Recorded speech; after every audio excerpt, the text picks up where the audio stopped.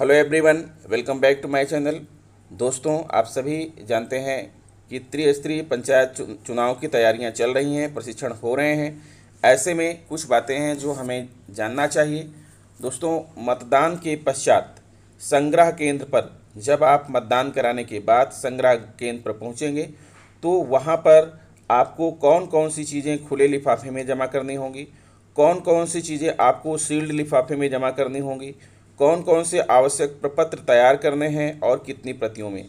दोस्तों, आप सभी जानते हैं कि रात के समय जो है ये जो मतदान केंद्र है, जहां संग्रह केंद्र है, वहां पर हमें रात रात को हम पहुंचते हैं और जमा करने की जल्दी होती है।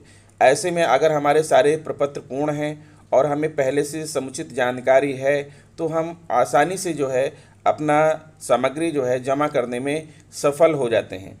अगर हमारा पहले से चीज़ें पूर्ण नहीं हैं और हमें सही जानकारी नहीं है तो हमें जो है रात में काफ़ी परेशान होना पड़ता है और हमारा जो सामग्री है वो जल्दी से जमा नहीं हो पाती है।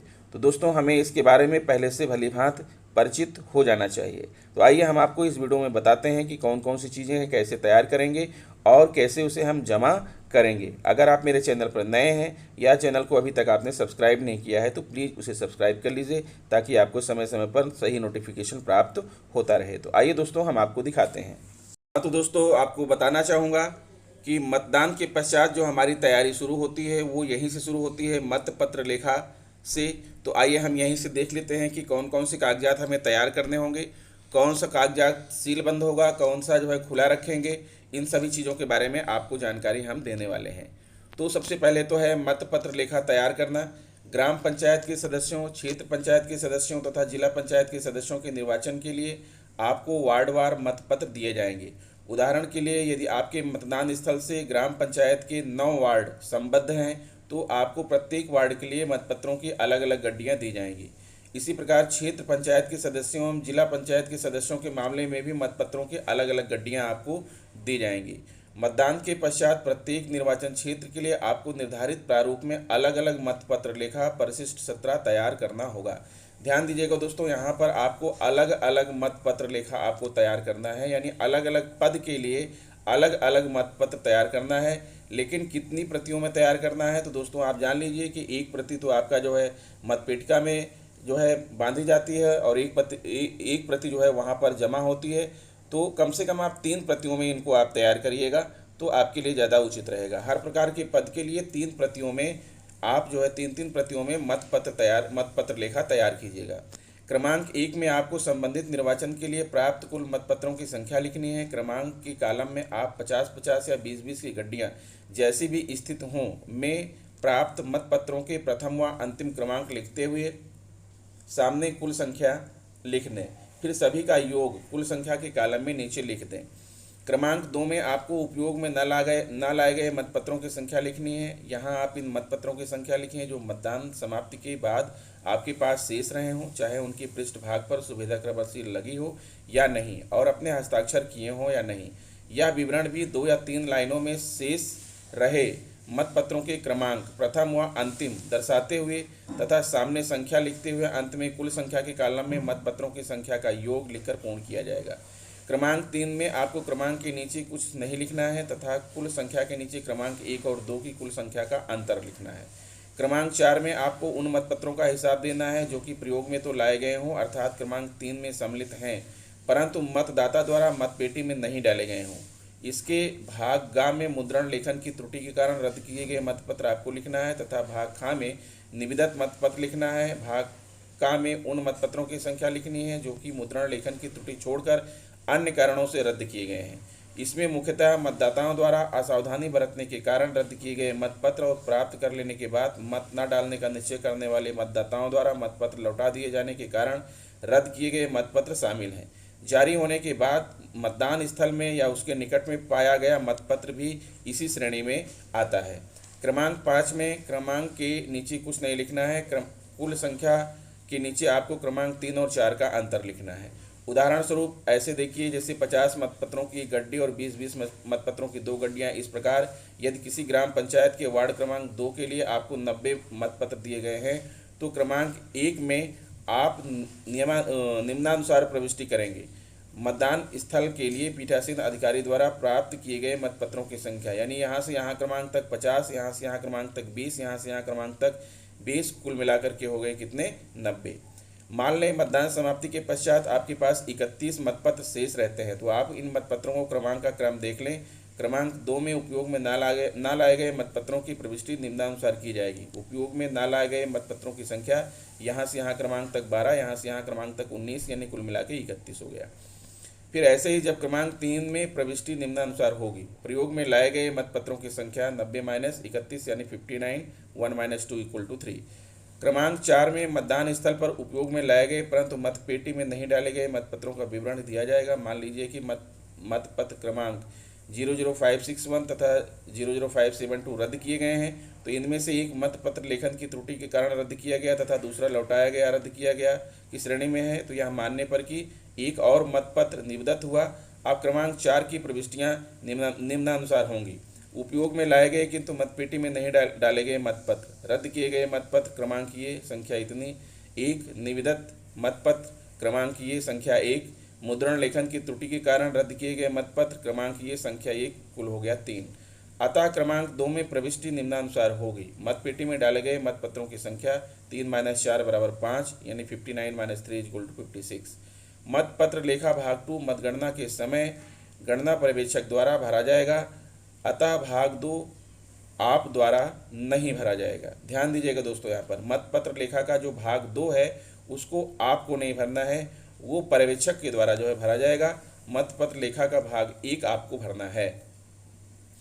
फिर आता है पीठासीन अधिकारी की डायरी, यह भी जमा होती है। पीठासीन अधिकारी की डायरी में मतदान से संबंधित सभी प्रमुख कार्रवाइयों एवं घटनाओं का तथ्यात्मक उल्लेख अपेक्षित है। डायरी दिए गए प्रारूप परिशिष्ट 16 में लिखी जाएगी, जो कि आपको मतदान सामग्री के साथ प्राप्त होगी। डायरी में लिखने में निम्नलिखित बिंदु ध्यान में रखें, और ये सारे बिंदु जो डायरी में लिखे हुए हैं इसका मैं पहले से ही वीडियो बना चुका हूँ, आप हमारे चैनल पर जाकर के आप देख सकते हैं। आगे बढ़ते हैं और आपको और बताते हैं कि क्या चीज़ें जो है आपको और आगे कौन कौन से कागजात तैयार करना है और खुला रखना है कि बंद करना है।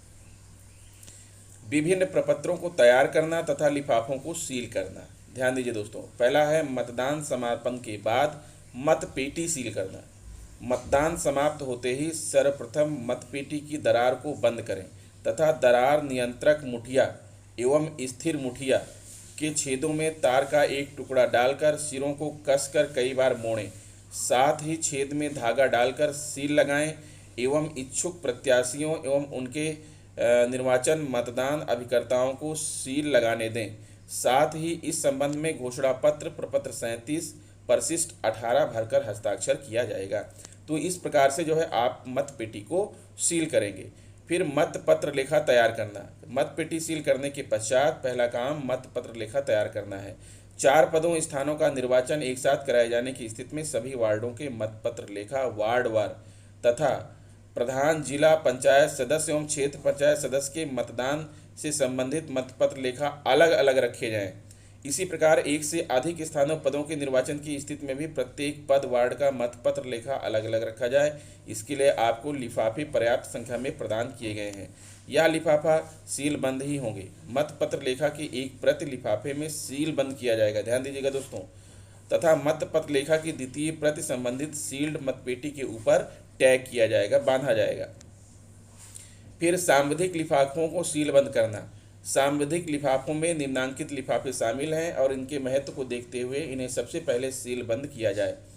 चिन्हित मतदाता सूची। मतदान अधिकारी 1 द्वारा प्रयोग में लाई गई मतदाता सूची, जिसमें मतदान कर चुकने वाले मतदाताओं के नाम रेखांकित एवं सही के निशान से चिन्हित किए गए हैं, चिन्हित मतदाता सूची कहलाएगी।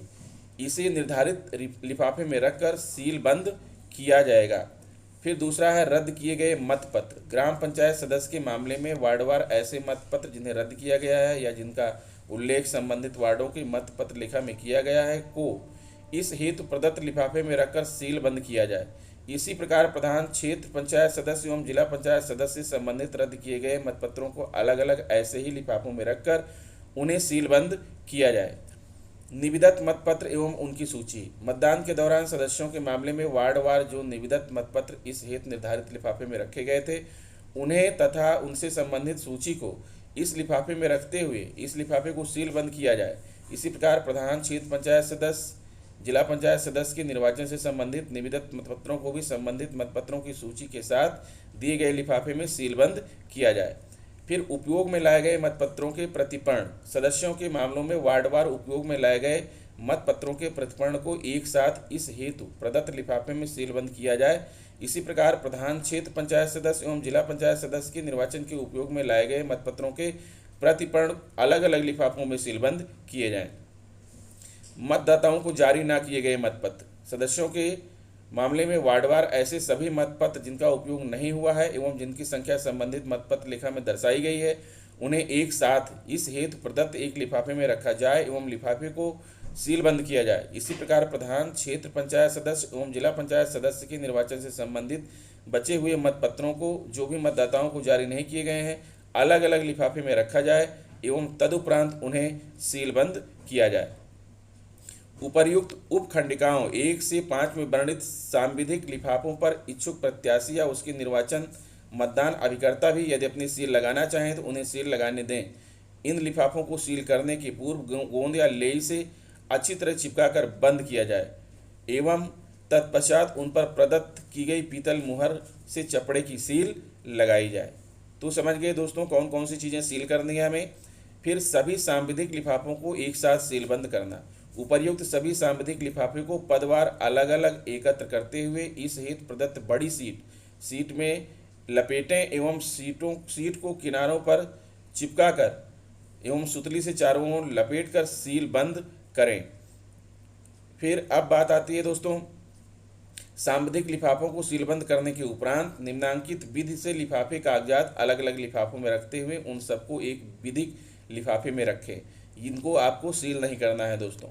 अभ्याक्षेपित मतों वाली सूची का लिफाफा, अभ्याक्षेपित मतदाता के मामले में निक्षेप की रसीदें, मतदाता सूची की अन्य प्रतियां, मतदान अधिकारियों द्वारा की गई घोषणा एवं नियुक्ति पत्र, अन्य विधिक कागजात उनकी सूची के साथ इस लिफाफे को इस स्टेज पर बंद ना किया जाए, यानी यहाँ पर आपको उसको बंद नहीं करना है।